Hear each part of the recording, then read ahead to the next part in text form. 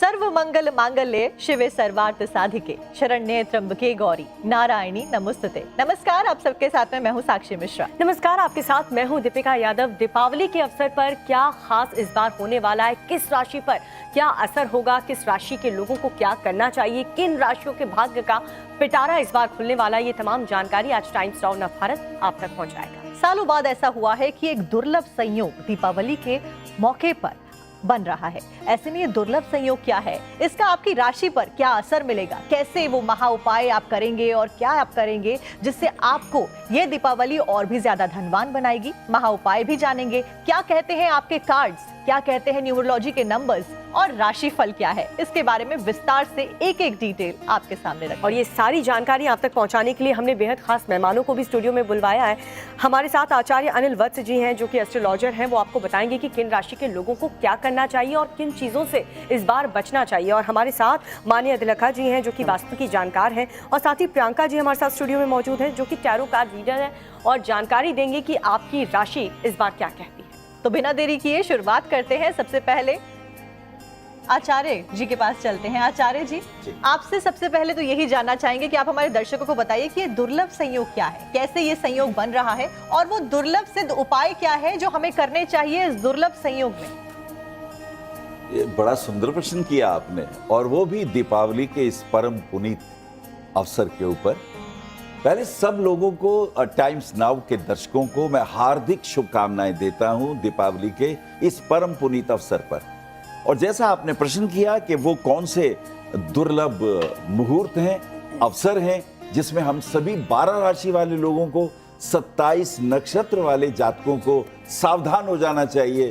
प्रेम पूर्वक श्रद्धा भाव से भगवती लक्ष्मी, भगवान गणपति, भगवान विष्णु, राजा बलि, शनिदेव, सरस्वती, महाकाली, सभी की आराधना हृदय पूर्वक करनी है। पर वो दुर्लभ योग कौन से हैं? सबसे पहले गोधूली मुहूर्त। इधर सूर्य अस्त हुआ, उधर गाय जब पूंछ से रंभाती हुई आती हैं, धूल उड़ाती हुई आती हैं, उसे गोधूली काल कहते हैं। ये काल रहेगा पूजा का।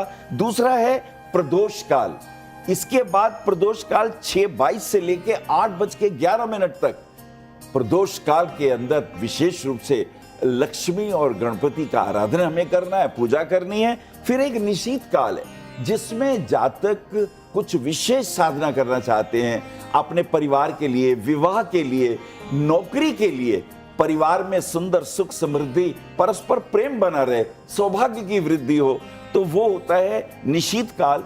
8:14 रात्रि से लेके 10:52 तक।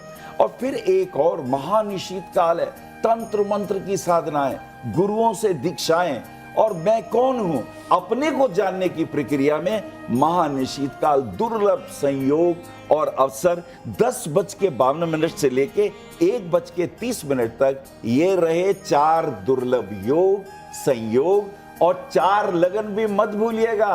वृषभ लगन, सिंह लगन, वृश्चिक लगन और कुंभ लगन।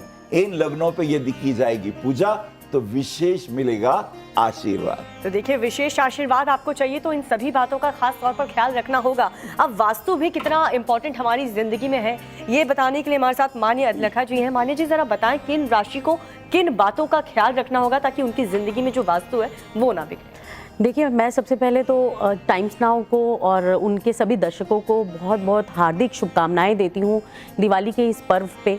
और जहाँ आपने बात की है वास्तु की, तो देखिए दिवाली के दिन वास्तु जो है बहुत ही इम्पॉर्टेंट होता है, क्योंकि हम लक्ष्मी माता की पूजा कर रहे हैं, हम जो है गणेश जी को बुला रहे हैं, और साथ में जो है सरस्वती माता की भी पूजा हम इस दिन करते हैं।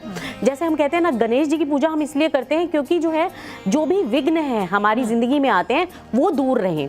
फिर उसके बाद हम लक्ष्मी माता को बुलाते हैं ताकि हमारे जो भी हम काम कर रहे हैं, जो भी कार्य हम करते हैं, उसके अंदर हमें जो है लग्जरीज मिले, हमें जो है उसके अंदर बहुत सारी सुख सुविधाएं मिले, इस वजह से। और फिर उसके बाद जो है सरस्वती माता को हमें कभी नहीं भूलना चाहिए, क्योंकि बुद्धि अगर नहीं है तो उस लग्जरी का या उस धन का हम अच्छे से प्रयोग नहीं कर पाते हैं। तो इसलिए सरस्वती माता की भी पूजा इस दिन जरूर की जाती है।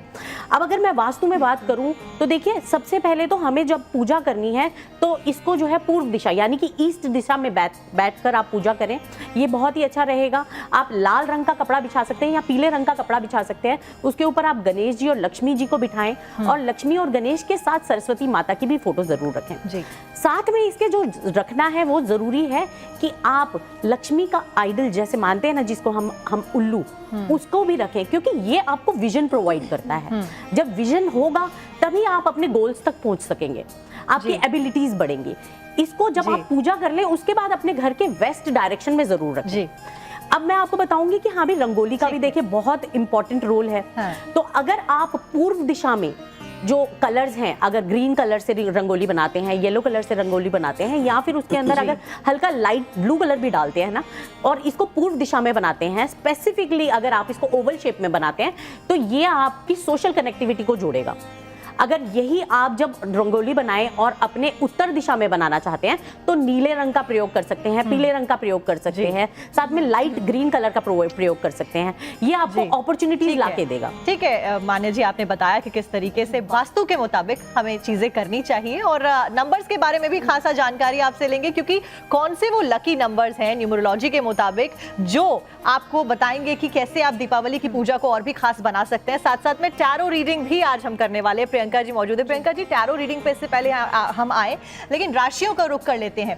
टैरो के मुताबिक भी राशियों की चर्चा करेंगे, लेकिन सबसे पहले आचार्य जी हमारे बीच में हैं।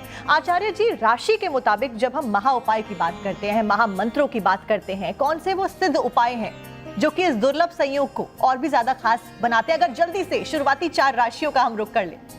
चलिए, बड़ी प्यारी सी बातें करते हैं आप, समय की भी सीमा बांधते हैं और सीन को आप छोटे से महत्तम को लघुत्तम में मानना चाहते हैं। तो चलिए लीजिए, मेष राशि, वृषभ राशि, मिथुन राशि और कर्क राशि के बारे में एक महा उपाय भी बताऊंगा।